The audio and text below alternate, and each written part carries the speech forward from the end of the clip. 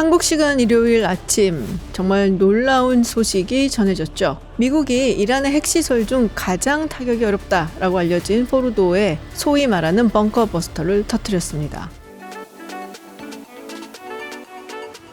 네, 사실 미국 정치의 가장 재미있고 흥미로운 점은 일정 부분 예측이 가능하고 그 수에서 어떻게 돌아가는가를 보는 건데요. 왜냐면은 이 미국의 정치 시스템이라는 게 몇백 년 동안의 데이터가 쌓아져 있고 또 누적이 되어 있기 때문에 그 안에서 수를 예측해보는 재미가 있거든요.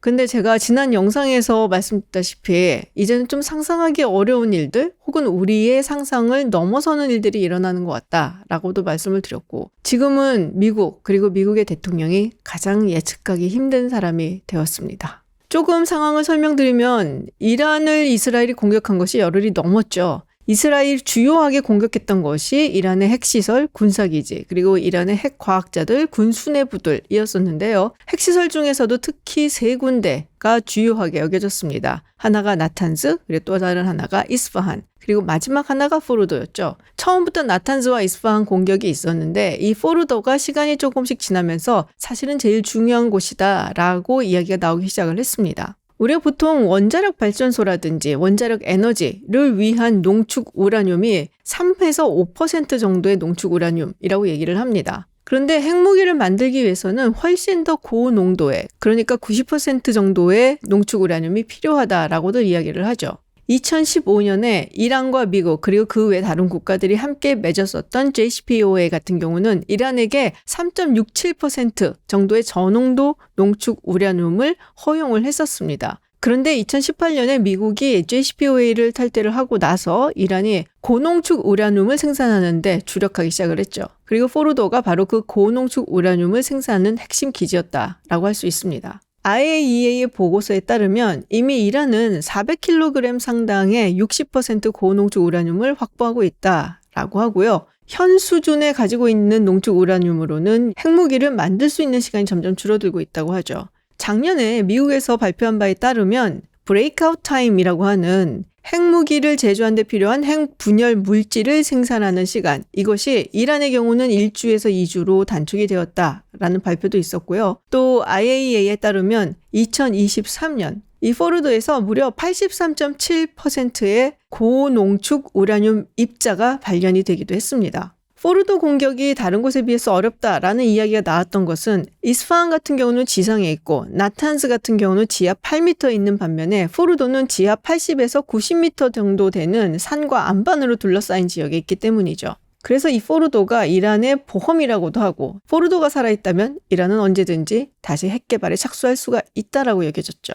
그래서 어떻게 보면 이란의 핵 프로그램을 끝내기 위해서는 반드시 포르도를 닫아야 하는데 이게 워낙에 깊은 곳에 있다 보니까 사용할 수 있는 폭탄이 한 가지였다는 거죠. 바로 GBU-57 MAP이라고 불리는 것입니다. 벙커버스터라고도 얘기를 하는데 사실 벙커버스터는 여러 가지 종류가 있어요. 근데 그 중에서도 가장 세고 강력한 것으로 알려진 것이 바로 이 GBU-57 MAP이고요. 사실은 이전에 단 한 번도 쓰인 적이 없습니다. 그리고 이 폭탄을 움직이기 위해서는 미국의 스텔스 전략 폭격기 B2가 운용이 되어야 됐던 거죠.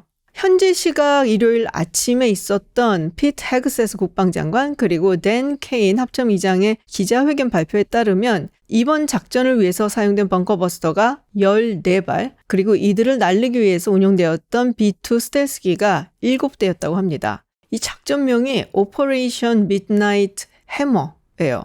아닌 밤중에 홍두깨라고. 그러면은 여기서 사실 질문을 해볼 수가 있어요. 트럼프 대통령은 항상 전쟁을 자기는 굉장히 싫어한다라고 이야기를 해왔죠. 그리고 자기라면은 지금 있는 전쟁이 일어나지도 않았을 것이고 현재 치르고 있는 전쟁들을 모두 끝낼 수 있다라고 호언장담을 해왔던 사람입니다. 그런데 트럼프는 왜 이런 결정을 했을까? 먼저 한 가지 말씀드리고 싶은 건요. 사실 지금 시시각각으로 트럼프 대통령뿐 아니라 트럼프 대통령 주변에 있는 사람들 그리고 그 외에 여러 오피니언 리더들이 말이 항상 조금씩 변하고 있다는 점이에요. 이건 제 생각이지만 지금까지 나온 트럼프 대통령의 발언이라든지 또 뭐 국방장관, 국무장관, 부통령의 발언을 따르면 미국이 이 전쟁에 전격적으로 개입을 한다라는 생각은 하지 않는 것 같습니다. 그러니까 제한적인 군사작전이고 여기서 이걸로 막을 내린다라는 생각을 가지고 진행을 한 것처럼 보입니다. 그리고 이 작전을 통해서 이란이 협상 테이블로 나오게 해서 합의를 끌어내겠다라고 생각을 했다는 거죠. 사실 트럼프 대통령이 이란과 꽤 지속적으로 협상을 해왔습니다. 제가 지난 영상에도 말씀드렸지만 3월 7일에 서한을 보내서 제1차 핵 협상을 4월 12일에 시작을 했었죠. 그리고 이스라엘의 이란 공습이 있기 한 2주 전쯤에 미국 측에서 이란 측에 협상안을 제시를 했었어요. 그리고 이스라엘은 내심 미국과 이란의 협상이 잘 안 되기를 바라고 있었고요.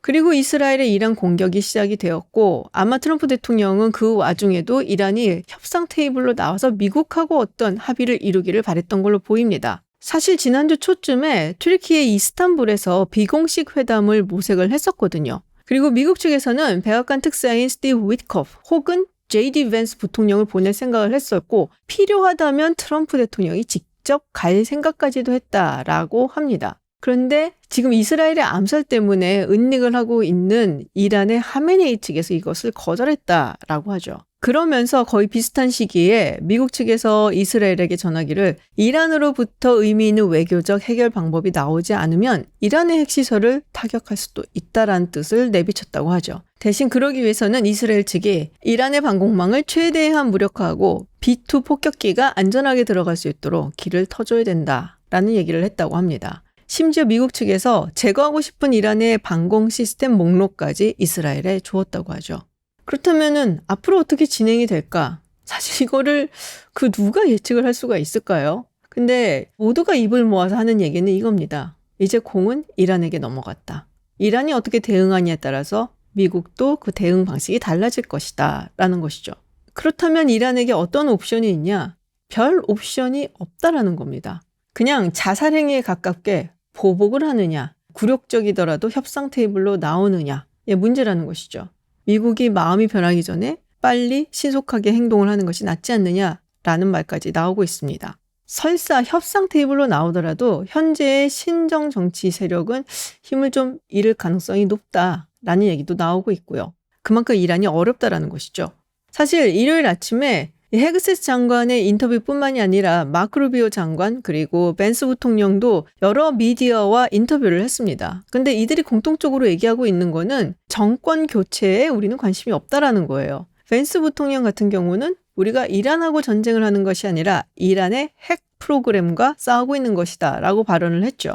트럼프 대통령 역시 직접적으로 밝히지는 않았지만은 미국은 여기까지, 그리고 이란이 미국을 공격한다면 모를까, 그게 아니라면 확전이라든지 또 이란을 상대로 전쟁을 하고 싶은 마음은 없다라는 식으로 이야기를 했죠. 결국은 미국이 원하는 대로 협상 테이블로 이란이 두 손 들고 나오라는 건데요. 근데 여기서 좀 흥미로운 게 트럼프 대통령의 어조가 조금씩 변하고 있다는 거예요. 제가 이 영상을 찍기 바로 직전에 트럼프 대통령이 트루소셜에 올린 포스팅을 하나 봤는데요. 이렇게 쓰여져 있습니다.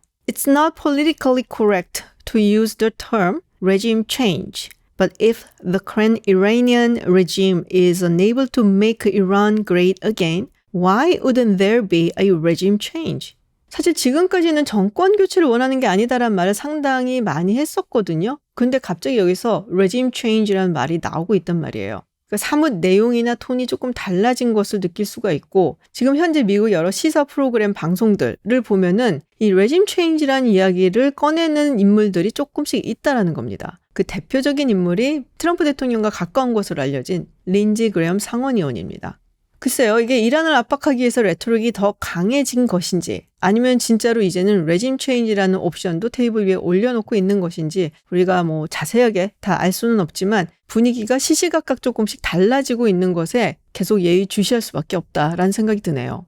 반면 이란은 최후의 보루라고 얘기를 했었던 호르무즈 해협을 봉쇄하는 것을 이란 의회에서 통과를 시켰습니다. 아직 봉쇄가 시작된 것은 아니지만 실제로 이것을 할 수 있을 것인가에 대한 의견은 분분한 것 같아요. 루비오 장관은 이를 두고 만약에 이란이 그렇게 한다면 그것은 경제적 자살행위다 라고 이야기를 했고요. 이게 단순히 미국에만 영향을 미친 게 아니라 주변 아랍 국가들, 또 호르무즈 해협을 통해서 원유를 수입을 하고 있는, 그래도 이란과 가깝다라고 알려져 있는 중국에게 큰 피해가 갈 것이다 라는 것이죠. 그러면서 루비오 장관이 중국 측에 니네가 어떻게 좀 해보든지 라는 식의 메시지를 던지기도 했고요.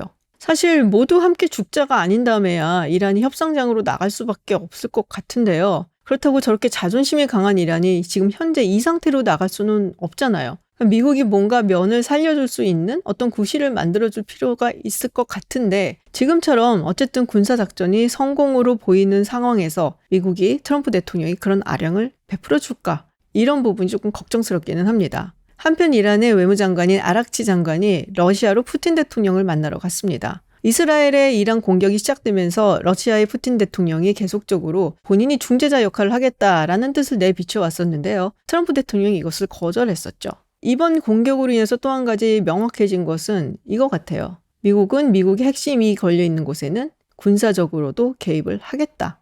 얼마 전 싱가포르에서 열렸던 아시아 지역 안보회의인 샹그릴라 다이얼로그에서 미국 국방장관인 헥세스가 그런 말을 했습니다. Peace through strength. 그리고 이번의 군사작전이 그 말을 행동으로 보여준 것이라고 볼 수가 있는데요. 이렇게 보면은 트럼프가 이끄는 미국이 고립주의로 돌아간다라는 말은 이젠 적절치 않아 보이죠.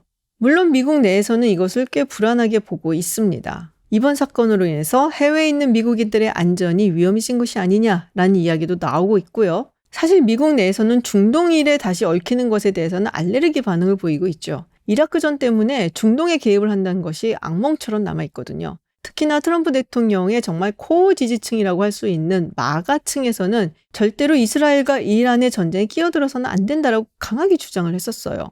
그러면 지금은 어떠냐? 실제 공격이 있고 나서는 어찌됐든 간에 트럼프 대통령의 뒤에서 지지하고 응원을 하고 결집하는 모습을 보이고 있습니다. 다만 민주당 측에서는 강한 비난이 나오고 있죠.